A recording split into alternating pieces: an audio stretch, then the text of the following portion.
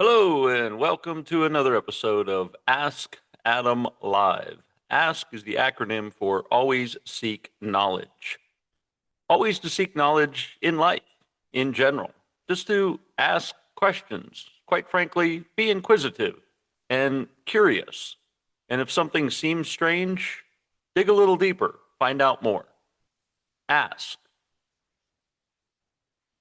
In this episode of Ask Adam Live, strategic storytelling, how to captivate your audience.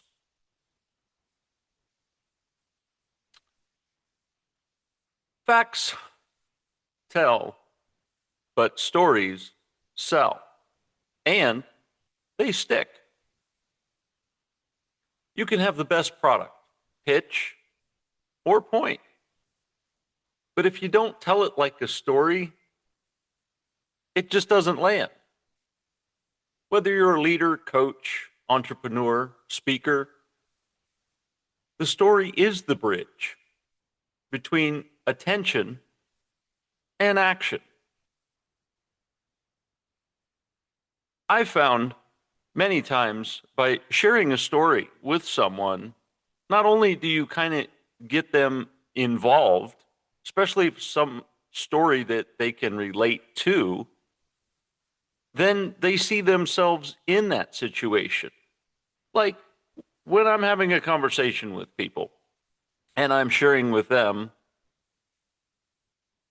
about what it is that I do, I express it in a way to say, you know how people, and they start to either put themselves in that position, hearing that phrase, or they also can immediately think of someone that they know that has been in that position or has experienced that.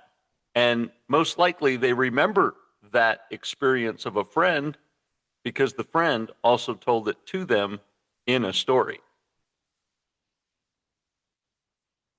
You know, when I'm out speaking with individuals about the Toastmasters Club that I'm involved with, or whether on stage, coaching, or even podcasting, and I'm sure you've heard it here as well, especially on my other episodes called Walks on the Beach. Those are stories. Those are stories to captivate you, to give you a little deeper look into, well, me, the speaker, but just to share with you some of the insights that I also have. Because again, the always seek knowledge is, I think the more that you know, the more that you ask questions, but you also have the ability to convey a thought based on an experience that, quite frankly, is going to be different than anyone else's because they don't have your levels of experience. You know, many times people get labeled as being smart. I hear that sometimes, and I'm not bragging. It's not being smart, it's experience. You know, when you ask enough questions and you know enough about things, just in general, or even in depth, but just in general, you know things and you can answer questions to those things. Well, now all of a sudden you kind of become the expert of those things. And well, kind of sharing those in stories because they're part of your experience. So when explaining something to someone, share it in a story. It makes it more relatable, and quite frankly, it sticks. It works with the neurons that are going on inside of our head, where once we relate, then we start connecting things. And connecting things helps root things into memory. Many times, by having an example of something, gives us a much better ability to remember something. Like, for instance, phone numbers. Back in the day, and I'm dating myself, you used to have to remember phone numbers because you didn't have a device that kept all of that information. Well, I mean, you had a device, it was called a phone book or a personal phone book that had, you know, depending on how popular you were, had a couple of healthy pages full of names and numbers. And if I recall statistically, you can remember about 150 names and numbers. And so we found ourselves writing this down. Now, I know we don't connect this with our brain anymore because we have these devices now known as smartphones. And of course, technology is accelerating at such an obnoxious rate that, quite frankly, all you're going to do is think about someone and you'll connect with them via a call or a device. So, going back to the words of my mother, be careful what you think. You might just call somebody. Anyway, I digress. The ability to remember things was usually a relation to something or a story to something. So remembering like somebody's number, you might associate a couple of those numbers with their address. And so those two correlations kind of made up what you knew or remembered about that individual. I guess I'm just sharing this with you to say that it's just how we're wired. So when you start connecting things, that helps build the blocks of memory. I, yes, Dale Carnegie's class was how to make friends and influence people. That was one of the things was associations. When you're speaking with someone and they mention their name, you start associating their name with maybe a character about them or something you remember about them. And it might be Doug from Arkansas or Bob from Boston. And so there's this sort of mind trickery, if you will, where you're correlating, the B's of Bob and Boston, and you remember that. Or maybe it's a Betty from Boston. It gets a little tricky when things don't rhyme, but you're going to find some nuance about Bob from Boston. If you didn't connect the B's, then it might be Bob from Boston actually relocated from Texas. And you remember that because you had a really great burger in the town of Austin, which is where he was from. And you remember Bob and burger, and see how it gets weird? But that's how our brain works, is we begin to connect and correlate. And that's where, again, going back to the stories you share, allows these connections to really get rooted and to strengthen and get pretty solid. So what I promised in this episode is we'll break down the three-part structure of a captivating story and teach you how to use it to land, sell, and inspire. And again, it's not mind trickery. I'm not, it's not like card counting where once you figure out the three-step method, you can get into mind manipulation. This is more of just helping you share what it is you're trying to convey with people and how they're going to receive it and connect with it. Why stories work. The psychology plus science. The brain craves narrative. Stories activate emotion and memory. We remember 65 to 70% of a story and 5 to 10% of the data. People don't just want to be informed, they want to be moved. A good story makes people nod, and a great story makes people act. Part 2, strategic storytelling framework. Here is the three-part model that I use, and I'm sure you've probably heard it if you're a fan of the show and have listened to several episodes. I use it because it works. I share with you first the struggle. I set the scene. What challenge was I facing? Or what challenge was a friend of mine facing? It's not always a story about me. It could be a story in general or someone I know, or maybe a general share of a client of mine, keeping the names and some of the details omitted.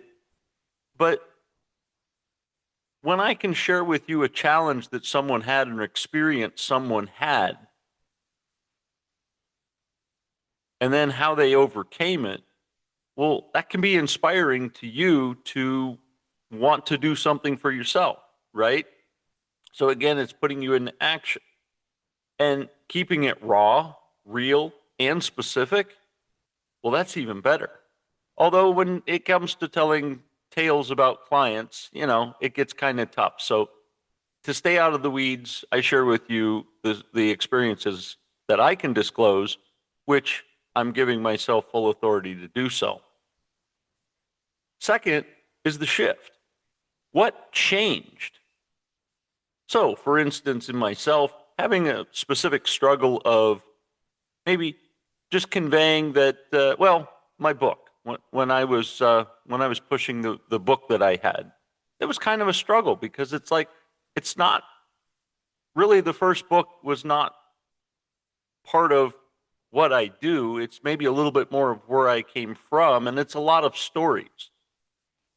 And the shift that I experienced with sharing the stories was that, hey, here's an unrelatable fact that this is kind of where I come from, and here's the diversity, right? And here's the insight. Maybe it was the information of a mentor, or decisions that I made, or quite frankly, it was just the moment that sparked the transformation in my life where I decided to do something different. So expressing the struggle, then the shift from that struggle, what was the change? What was that pivot point? What was that eye-opening moment? Almost stumbled on that one. And third, the spark. What happened next? Because when you're telling a story and describing the struggle, and then you almost bring it to a climactic point of the shift. And usually, the struggle is the beating up and the pain and the endurance. And all of a sudden, one day, one fine day, this particular thing changed.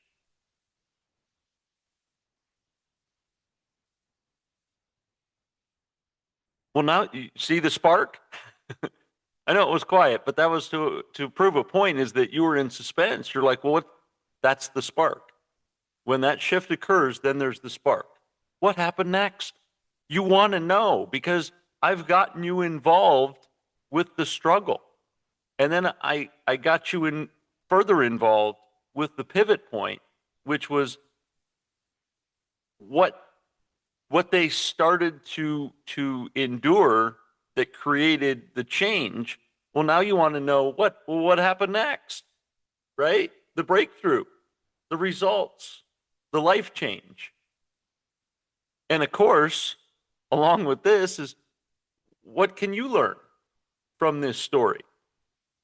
So you see how the engagement just starts to solidify even more as you get further into the story. And now you're captivated and you want to know what's next.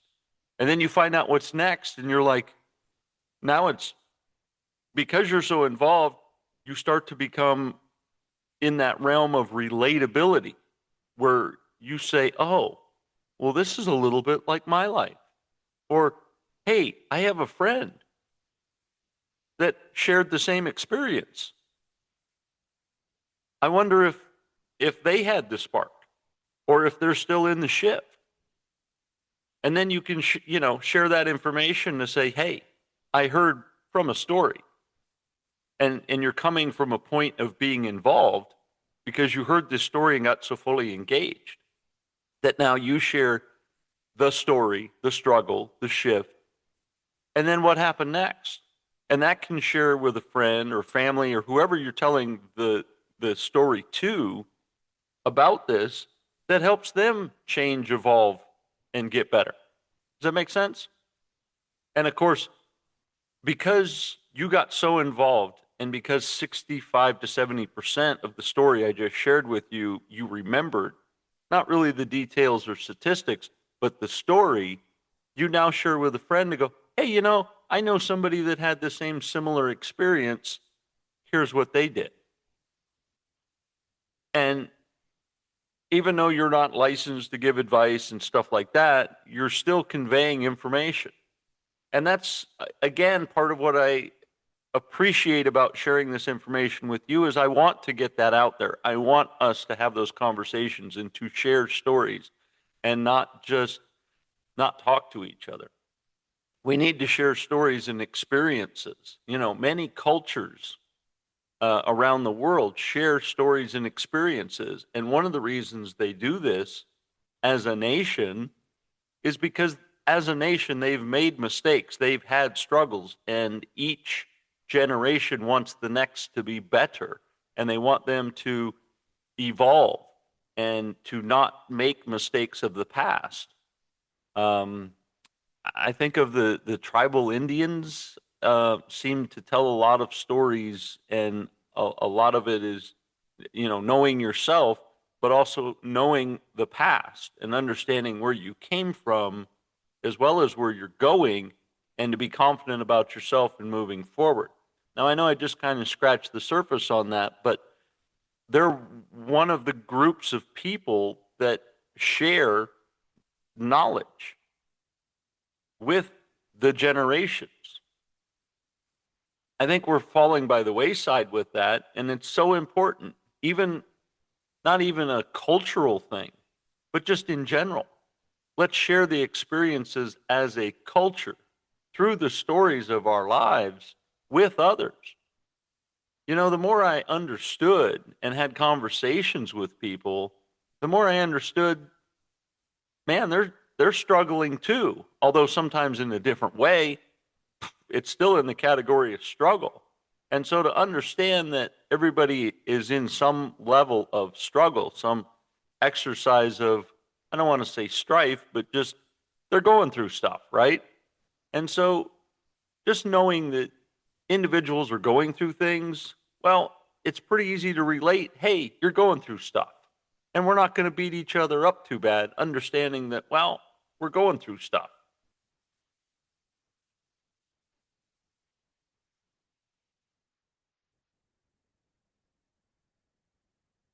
One of the things that I think I've shared many times in the episodes is you might feel like this too.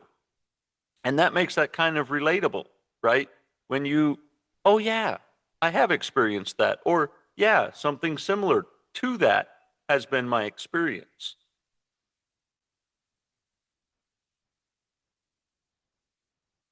Part three is strategic uses of story. In leadership, use stories to build trust, model vulnerability, and inspire action. Many times, I'm always challenging folks that I speak with. If you come to me with an issue, one of the first things I'm going to do is challenge you to do something you haven't done before, challenge you to complete something you most likely haven't completed, or to even maybe consider something different. Look at it from a different angle, if you will. In business, using client case stories to sell outcomes, not the features. I know many times in real estate, as well as in selling insurance, there was always a story. There was a story of how, especially with life insurance, I recall there was a story that, a pretty general story that I will share was, the average funeral is about $10,000. Now, yeah, that number is going to stick in your head for a moment. And you're going, wow, I really need to set myself up to have about 10 grand should something happen that funeral expenses are taken care of regarding life insurance. And kind of to remind people that it's for those who live, not those who have passed, was part of this coverage, as well as like help to build a legacy for that individual. And it's something that actually can continue on generation through generation. Anyway, I digress.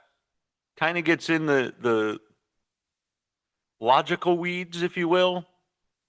But if I could share with you a story about a single mom who was on the south side of town, any town, USA, and, well, her son prematurely had passed away. Not prepared for it. And the anguish of the family that just, again, not prepared for a loss, especially someone at such a young age. a young adult, if you will. And the fact that, well, when that occurrence occurred, the family had to get together and decorate some buckets and go out to the traffic lights. It was in winter, and collect some change and dollars and just ask of the neighborhood and individuals to help contribute to this person's passing, to provide them with a service and a proper burial and stuff like that. And understanding the tragedy that all of these family members were out basically on the street asking others to help them in the freezing cold of winter, probably not dressed appropriately. And they began to feel that experience of, I don't want to have to do that. What do I do to avoid that? Because as human beings, we do everything to avoid pain. Although we hurt ourselves daily and others to a certain degree, we still do what we can to avoid pain and discomfort. Now, once I share a story with you like that, that how a family had to get together and create that collection, you go, well, gosh, I don't want my family to have to do that. And I'm not sure I want anybody else's family to have to do that. And so you start coming up with ideas of how to avoid that. One would be getting yourself a policy regarding life insurance. The second would be maybe figuring out how someone else could get coverage as well, and how you could provide that gift or grant to someone, or how to create that legacy that passed this gift or grant on to the next generation. So if one only used a portion of it, it could keep growing. And then the next person utilized a portion of it and it kept growing. And that way it always ensured that every family member would have a proper service and burial. Again, that's just the life insurance business. It had a story. Same thing with real estate. It had a story. You know, anytime somebody asked me a question, I never gave them a direct answer like yes, no, maybe, works this way, works that way. No, I had a story. I had a story to share with them and say, well, I don't know, but I know another client of mine had this experience where they purchased a house. It was like 3 days after closing, and they were having a little bit of a party. So they went to the store and they got some groceries and they invited all their friends and family to come over and enjoy this beautiful back deck with a gorgeous view, which is exactly what they wanted. And they could picture the family out there enjoying themselves and the company and having snacks and beverages and all of this. And, you know, this was supposed to be a week after they purchased the home. Well, 3 days after the purchase, and having gotten groceries at the store, they ran a couple other errands to come back and discover that the refrigerator quit working. And yeah, the purchases for the party began to spoil. Didn't go so well. One of the things I recommend so that this doesn't happen and you're not sure of the year of appliance or how long it's going to last, is get a home warranty. A home warranty, not only set up properly, is going to cover repairing the device, but as well as any loss that you may experience from the failure of that device. Now, having just shared that story with you, are you more inclined to possibly inquire about a home warranty to make sure you don't have that experience? Even if you don't plan a party after your purchase, you still are like, man, I don't know. I put good stuff in my fridge. I don't want to lose it. So I always would answer those questions with a story.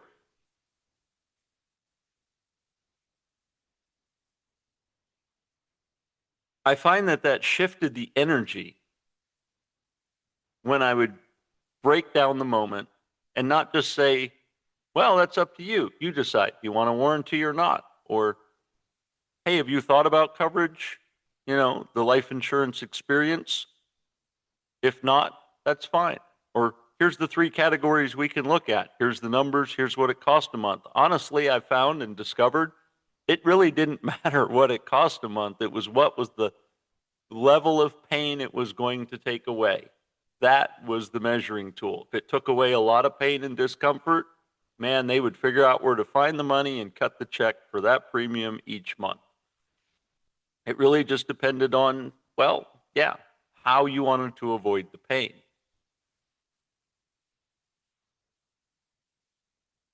So that was my utilization in business. And in speaking, well, it's always the story. It's the story in my keynote address that expresses the anchor insights in the story, as well as a close to that story, and a little bit of me, the hero's journey, if you will. And my keynote takes you through that process. It gets you thinking a little bit. I start out with some statistics just to kind of mess around a little bit. But then we get into the meat and potatoes and the true experience of that story. And then I bring it right back around where you're like, wow, yeah, I'm moved to do something. I'm intrigued or I'm interested. In recap, storytelling is a tool, not just a talent. Use the three-part framework: struggle, shift, then spark. Always connect your story to your audience's next step. I invite you to this call to action, which is to download the Story Crafting Canvas worksheet. Map out one signature story and test it this week. Share a snippet of this share at Strategic Storytelling, hashtag Strategic Storytelling, and tag at Ask Adam Live.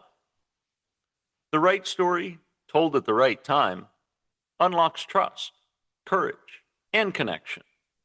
Tell yours, not for applause, but for alignment. This has been another tremendous episode of Ask Adam Live. Thanks for joining, and go out and make it a great day.